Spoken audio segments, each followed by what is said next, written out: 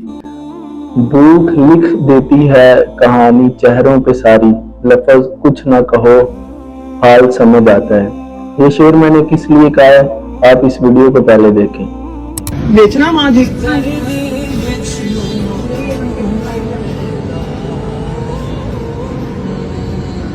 दादी कोनी है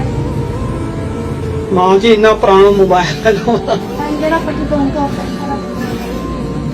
ये बेचन क्यों लगे हो ਮੇरे ਬੱਚੇ ਦੀ ਦਵਾਈ ਲੈ बच्चे ने की मसला नमूनिया आया तो अगे दवाई लेनी हो तो फिर ਟੀਕੇ ਲੈ ਕੇ ਦਿੱਤੇ ਨਹੀਂ ਦੋ ਨਵੀਂ ਦਵਾ टीके लिख के दिते रोंदे क्यों क्यों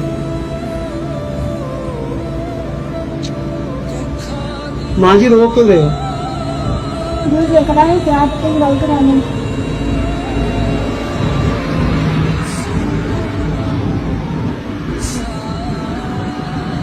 चुप करो माँ जी अल्लाह का रसानिया पैदा करेगा बच्चा किड्डा की हैगा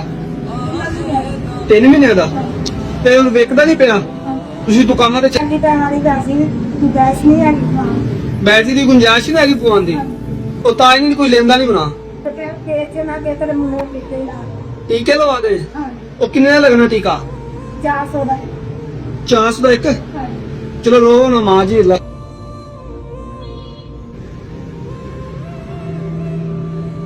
ਆਪਣੀ ਪਾ ਲਈ ਔਨ ਹੋ ਗਿਆ ਵਾ ਤੇ ਹੁਣ ਦੱਸੋ ਨਹੀਂ ਕਰਦਾ ਟੀਕਾ ਕਿੰਨੇ ਦਾ ਨਾ 400 ਦਾ ਟੀਕਾ ਤੇ 400 ਦੀ ਮੈਂ ਬੈਟਰੀ ਤੋਂ ਪਵਾ ਲਈ ਨਾ ਆਪਣੀ ਅੱਛਾ ਐ ਲੋ ਰੋਣਾ ਨਹੀਂ ਚੁੱਪ ਮਾਂ ਜੀ ਰੋਣਾ ਨਹੀਂ ਆ ਫਿਰ ਰੋ ਰਹੇ ਹੋ ਮੈਂ ਤੁਹਾਨੂੰ ਮਾਂ ਸਾਧ ਰਿਹਾ ਵਾਂ ਆ ਲੋ ਰੱਖੋ ਤੁਹਾਡੇ ਵਾਸਤੇ ਟੀਕਾ ਲਓ ਮੋਬਾਈਲ ਨਹੀਂ ਵੇਚਣਾ ਮੈਂ ਬੈਟਰੀ ਨਹੀਂ ਪਾਈ ਤੀ ਬੈਟਰੀ ਦੇ ਪੈਸੇ ਨਹੀਂ ਮੈਂ ਨਹੀਂ ਲੈਣੇ ਮੋਬਾਈਲ ਤੁਸੀਂ ਜਾ ਕੇ ਚਲਾਓ ਘਰ ਸਿਮ ਪਾ ਕੇ ਨਹੀਂ ਹੋਗਾ कुत्ता तो अल्लाह ना करे इंशाल्लाह ना कभी तुम्हारे ते अल्लाह बता दो बस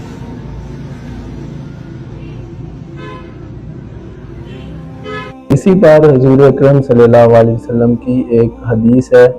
कि वो शख्स मोमिन नहीं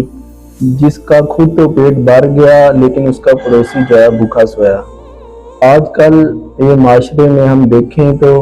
कई जगहों पर इतनी गुर्बत है कि लोगों के पास 200-400 रुपया नहीं है अपना इलाज करवाने के लिए, खाना तो दूर की बात। तो हम किस तरह के मुसलमान हैं कि हमारे गली मोहल्लों में, हमारे गाँव में, देहातों में, शहरों में, बस्तियों में जो है लोग गरीब हैं, लेकिन हम सबको किसी ऐसे बंदे को नहीं मालूम कि हमारे साथ वाले या हमारे जो मोहल्लेदार हैं उनका क्या हाल है। आप सबसे गुजारिश है इस तरह के जो भी आपके साथ रहते हैं, मोहल्लेदार होते हैं, अहले इलाका होते हैं, उनका इस तरह के गरीब बंदों का पता लिया करें और उनकी ज़रूरियात ज़िंदगी को पूरा करने की कोशिश किया करें, क्योंकि ये बहुत बड़ा नेक अमल है।